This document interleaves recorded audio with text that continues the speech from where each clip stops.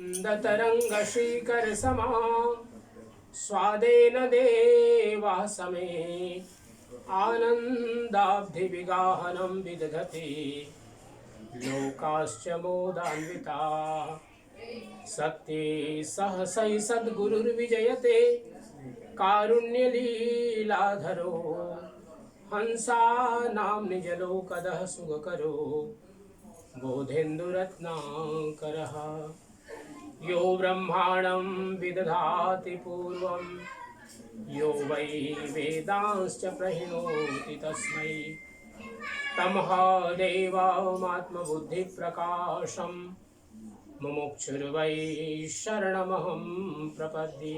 Mic दीजिए मुझको। सत्य पुरुष परमात्मा हम सबके हृदय में विराजमान सदगुरु कबीर साहिब, परम आदरणीय महंत श्री प्रभात साहेब जी सुभग, परम आदरणीय महंत श्री दिनेश साहेब जी विलक, परम आदरणीय महंत श्री अमर साहेब जी ब्रिजमोहन, परम आदरणीय महंत श्री पूर्ण साहेब जी सुभग, साधु श्री दयानंद साहेब, साधु श्री राजेश जी, यहाँ पर तो सभी परिवारजन साधु ही लोग हैं।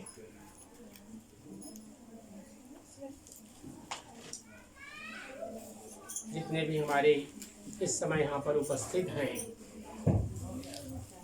परम आदरणीय महंत श्री प्रभात साहेब जी की धर्मपत्नी श्रीमती प्रियमदा सुभग जी, उनकी तीनों कन्याएं कुमारी प्रतिभा, कुमारी चेतना, कुमारी नम्रता सुभग, और जितने भी यहाँ पर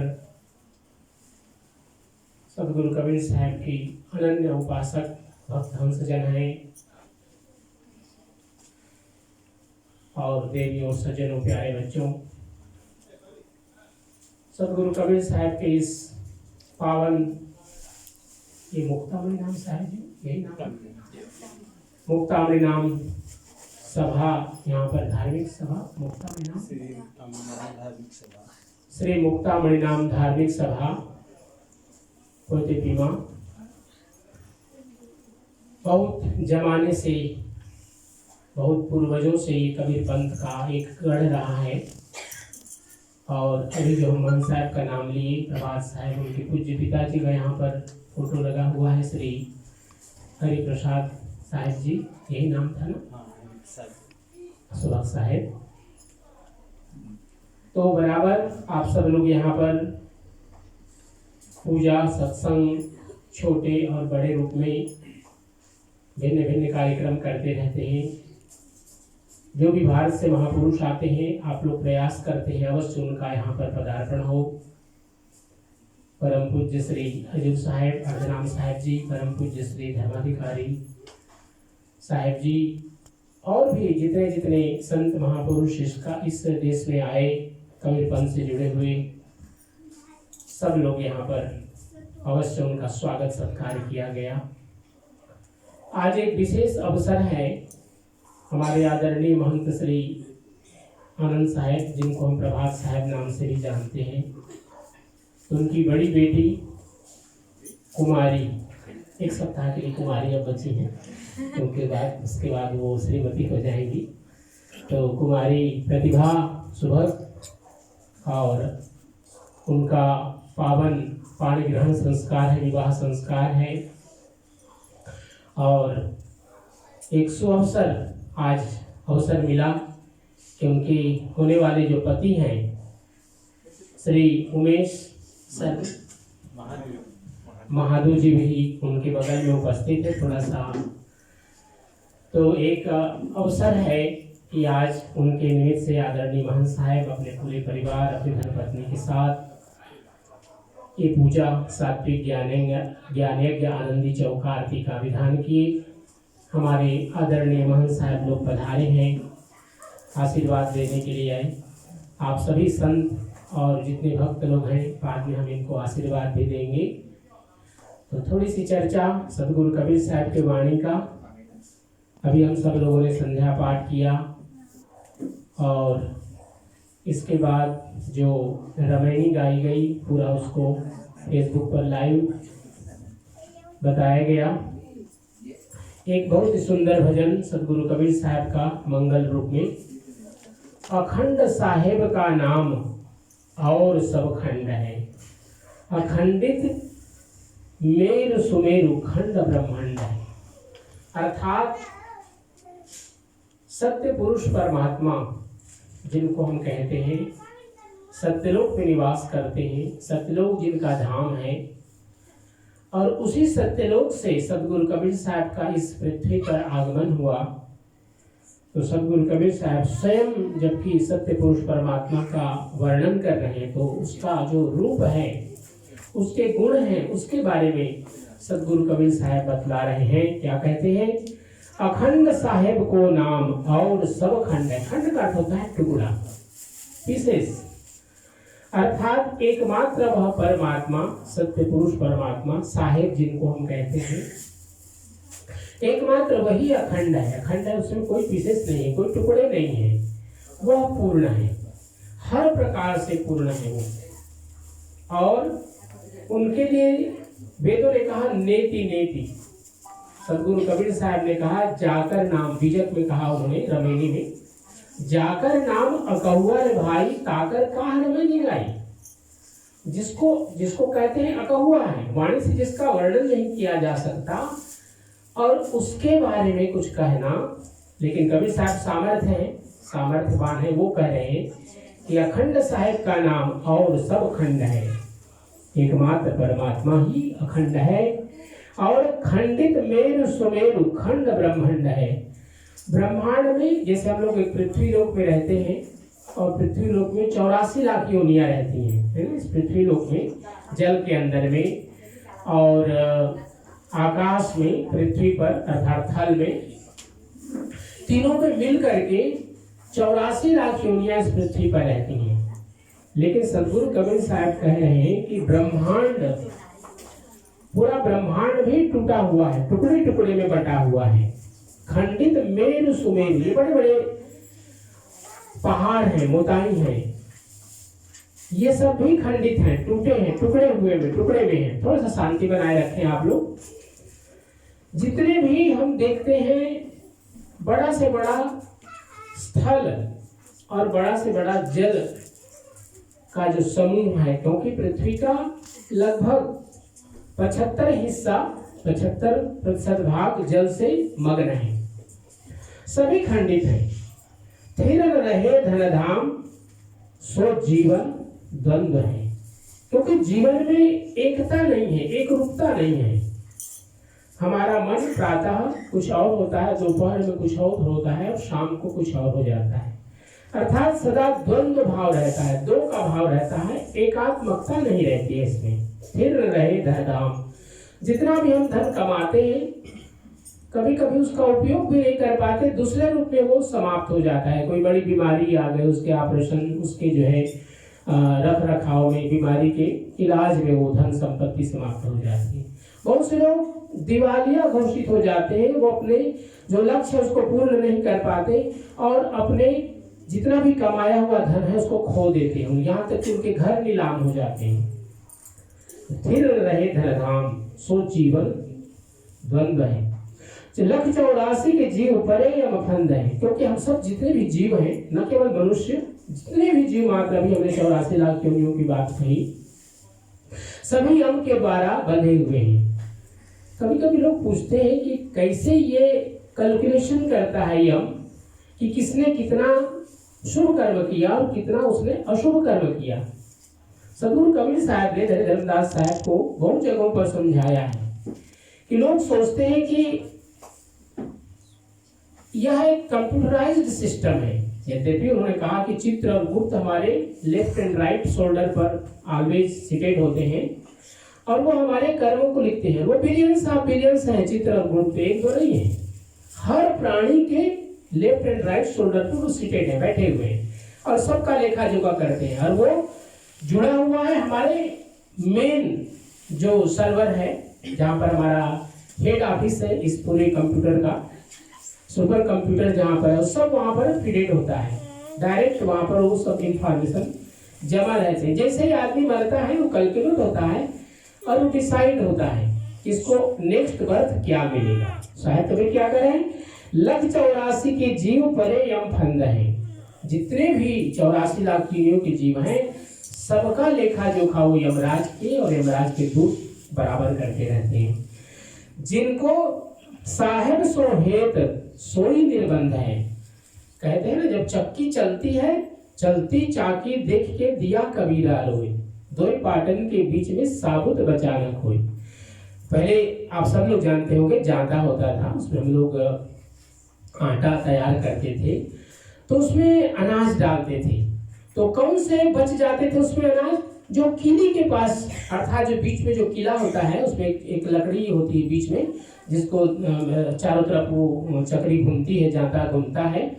तो जिसने साहेब का पल्ला पकड़ लिया, जो सदगुरु की शरणागति में आ गया, वो क्या है, निर्बंध है, उसको बंधन नहीं है, वो मुक्ति की ओर चल पड़ा है। उसको सदगुरु का समर्थ सदगुरु कबीर साहब समर्थ हैं, उनको संबल मिल गया, उन्हें सहारा मिल गया, इसलिए वो निर्बंध है। उन संतन के संग सदा आनंद है। और जो ऐसे संत हैं जो गुरु की भक्ति करते हैं, गुरु की शरणागति में रहते हैं, क्योंकि अभी हम लोगों ने पाठ किया संध्या पाठ में, दासा तल की अधिक महिमा सेवा कुंड नहाइए, और क्या करिए, प्रेम भक्ति पति व्रत दृढ़ करी बहुरी न भवजल आई।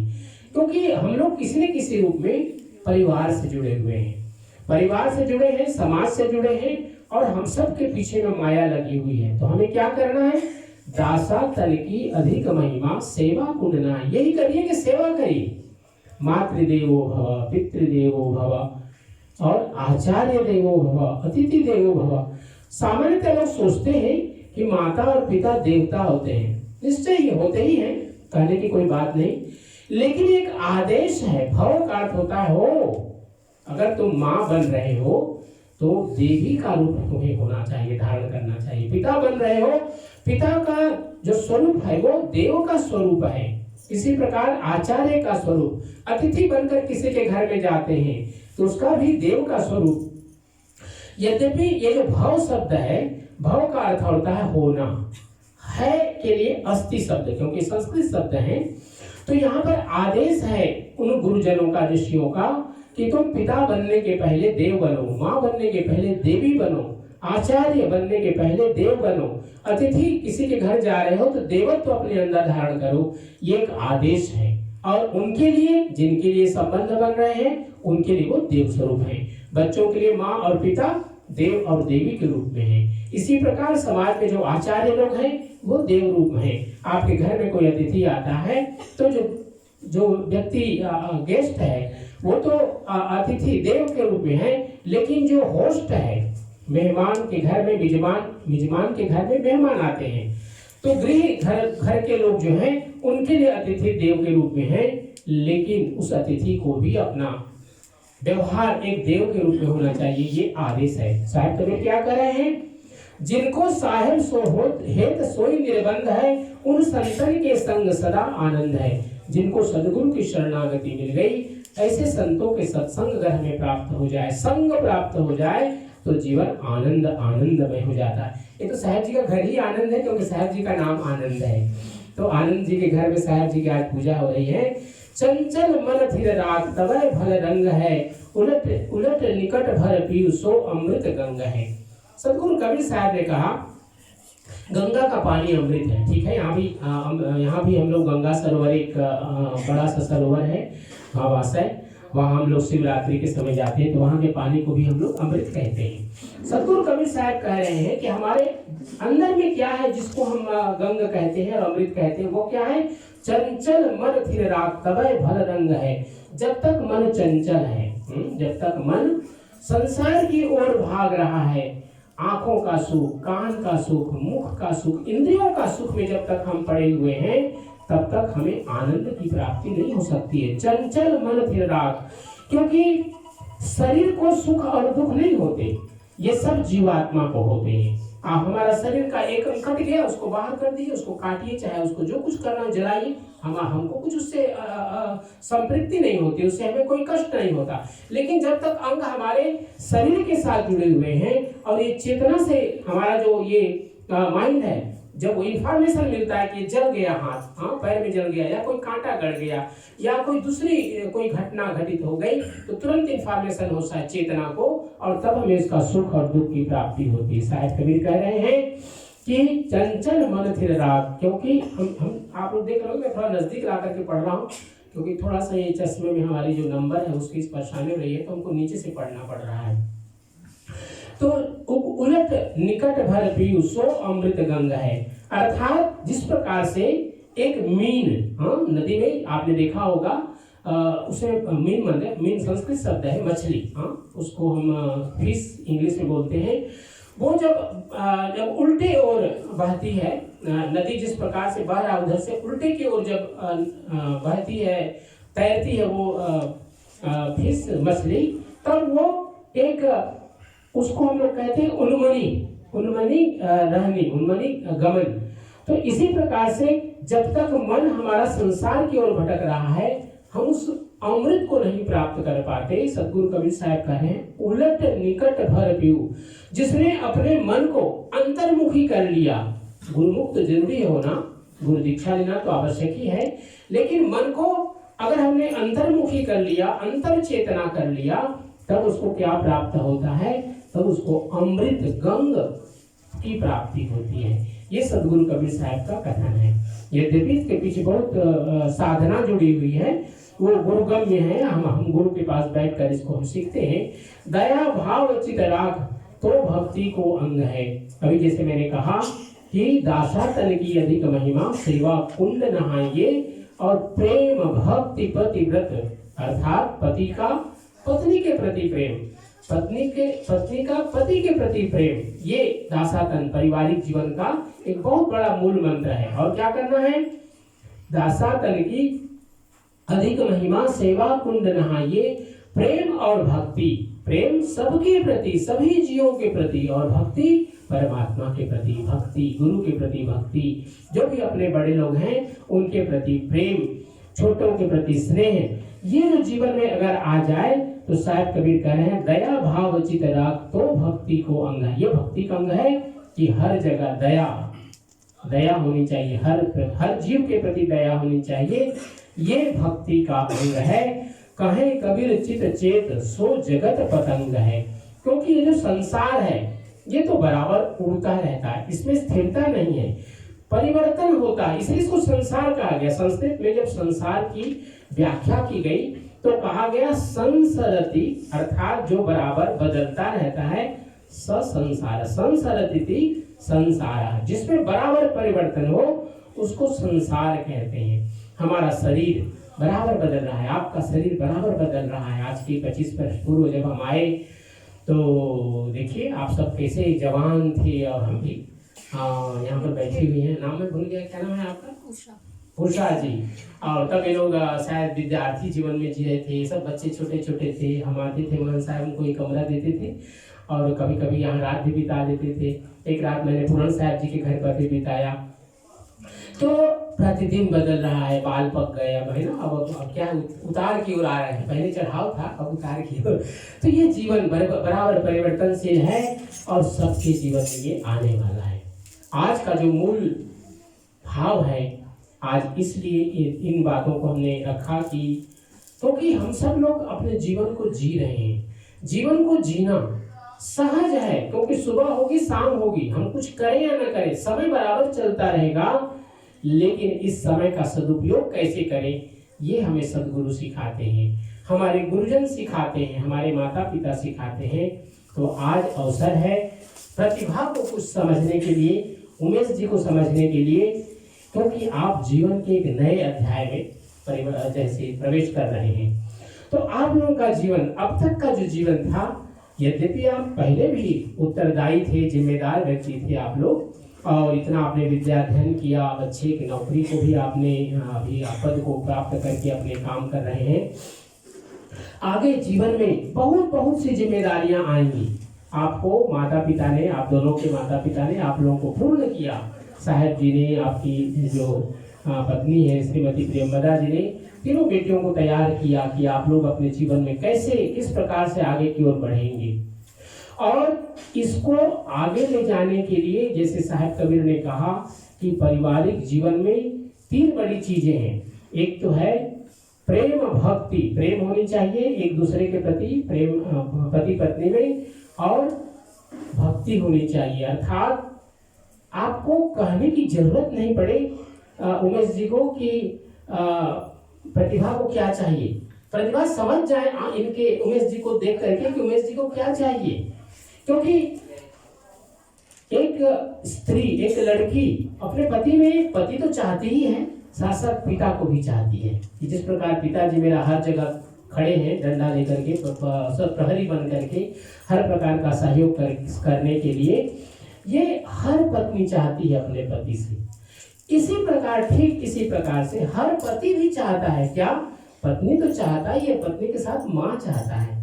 किस प्रकार से बचपन से एक माँ ने बेटे को देखा, किस प्रकार से उसका देख रेख किया, कैसे उसकी सेवा की, और माँ जानती है कि बेटे को क्या प्रिय है। तो ये पत्नी को 2 रूप लेना है, पत्नी का भी और माँ का भी। इसी प्रकार पति को भी, उसको पिता भी बनना है और पति भी बनना है। तो दोनों जिम्मेदारियां साथ में अगर हो जाए और एक दूसरे के प्रति भक्ति और प्रेम और विश्वास, यही आधार है एक सुखी और एक लंबे दीर्घ अवधि तक जीने के लिए। आप तीनों बेटियां, आप इस घर में नहीं हैं, कभी देखे होंगे साहब जी और उनकी पत्नी जी कभी कभी झगड़ा भी करते ना, और कभी कभी प्रेम से मिलते हैं। तो यही जीवन है, इसी का नाम है परिवार। और पारिवारिक जीवन में हर प्रकार की परीक्षा होती है व्यक्ति की। इसी में आपको, क्योंकि पारिवारिक जीवन को सबसे बड़ा कहा गया है कि ये एक प्रकार का किला है आपका। ये जो जीवन है पारिवारिक जीवन, ये एक प्रकार का किला है जिसमें आपको धर्म करने का मौका मिलता है, अर्थ कमाने का अवसर मिलता है। धर्म, अर्थ और काम, आपकी जितनी इच्छाएं हैं आप ज्यादा से ज्यादा उसको पूर्ण कर पाते हैं, और धर्म, अर्थ, काम करते करते मोक्ष को भी प्राप्त करते हैं, सत्य पुरुष परमात्मा को भी प्राप्त करते हैं। तो ये है पारिवारिक जीवन का एक बहुत बड़ा अंग, जिसके निमित्त से आज की पूजा रखी है। तो बाद में हम लोग आप लोगों को आशीर्वाद भी देंगे, विधि को आगे बढ़ाएंगे। तो सदगुरु कबीर साहब ने जिस प्रकार से कहा, अखंड साहिब का नाम और सब खंड है। क्योंकि संसार में जो भी आते हैं देवी देवता, यहाँ तक कि कबीर साहब भी आए। कबीर साहब जिस समय थे ना, लगभग 120 वर्ष तक लोग उनको छू सकते थे, उनके पैर को छू सकते थे, उनको चरण पखार सकते थे, उनको देख सकते थे। कबीर साहब तो आज भी है, तो कहीं कहाँ जाएंगे, सभी देवी देवता आज भी हैं। लेकिन जिस रूप में उस समय थे, जिस समय की कथा हम सुनते हैं, हमारे गुरुजन सुनाते हैं, उस समय का जो स्वरूप था आज वो नहीं है। अर्थात इसका अर्थ ये हुआ कि संसार में जो भी आता है उसको जाना है। परिवर्तन संसारे मृतः को वा न जायते। इस परिवर्तनशील संसार में हर आदमी को एक दिन जाना है और एक नया जन्म लेकर के पुनः आना है, जब तक मुक्ति का द्वार नहीं प्राप्त होता है। आइए साहब के पावन नाम का संकीर्तन करते हैं। इसके पूर्व हमारे परम आदरणीय महंत साहब, मैं समझता हूँ समय को ध्यान में रखते हुए ज्यादा आपको समय नहीं देंगे, साहब के पावन नाम का संकीर्तन करते हैं। आप दोनों को बाद में आशीर्वाद देंगे। साथ ही साथ सत्य पुरुष परमात्मा सद्गुरु कबीर साहब की असीम असीम कृपा, हमारे आदरणीय महंत साहब का स्वास्थ्य बराबर बना रहे। हमारे जितने महंत साहब आए हैं उनका आशीर्वाद इस पर पूरे परिवार को प्राप्त हो। जितने साधु लोग यहाँ पर बैठे हैं सब लोग मिल करके हम लोग आशीर्वाद देंगे इस नव होने वाले वर वधू को, और सबका जीवन सुखमय हो, मंगलमय हो, सत्य पुरुष परमात्मा से ये प्रार्थना करते हुए आइए अपनी वाणी को पवित्र करते हुए सतगुरु चरणों में हम सब लोग ये 3 बार सत्यनाम ध्वनि करेंगे। सब लोग मिल के साथ में बोलेंगे, सत्यनाम सत्यनाम सत्यनाम हो, जय करुणामय सत्यनाम हो, सत्यनाम सत्यनाम सत्यनाम हो, जय करुणामय सत्यनाम हो, सत्यनाम सत्यनाम सत्यनाम हो, जय करुणामय सत्यनाम हो, सत्यनाम सत्यनाम सत्यनाम हो,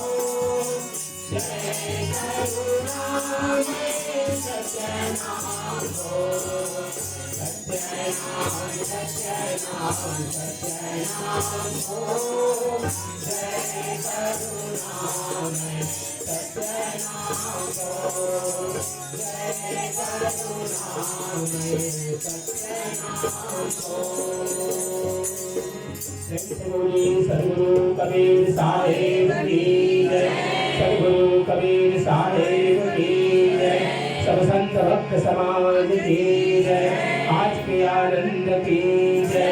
सद्गुरु के चरणों में 3 बार बंदगी करेंगे। सब लोग मिलकर एक साथ बोलेंगे साहेब बंदगी, साहेब बंदगी, साहेब बंदगी।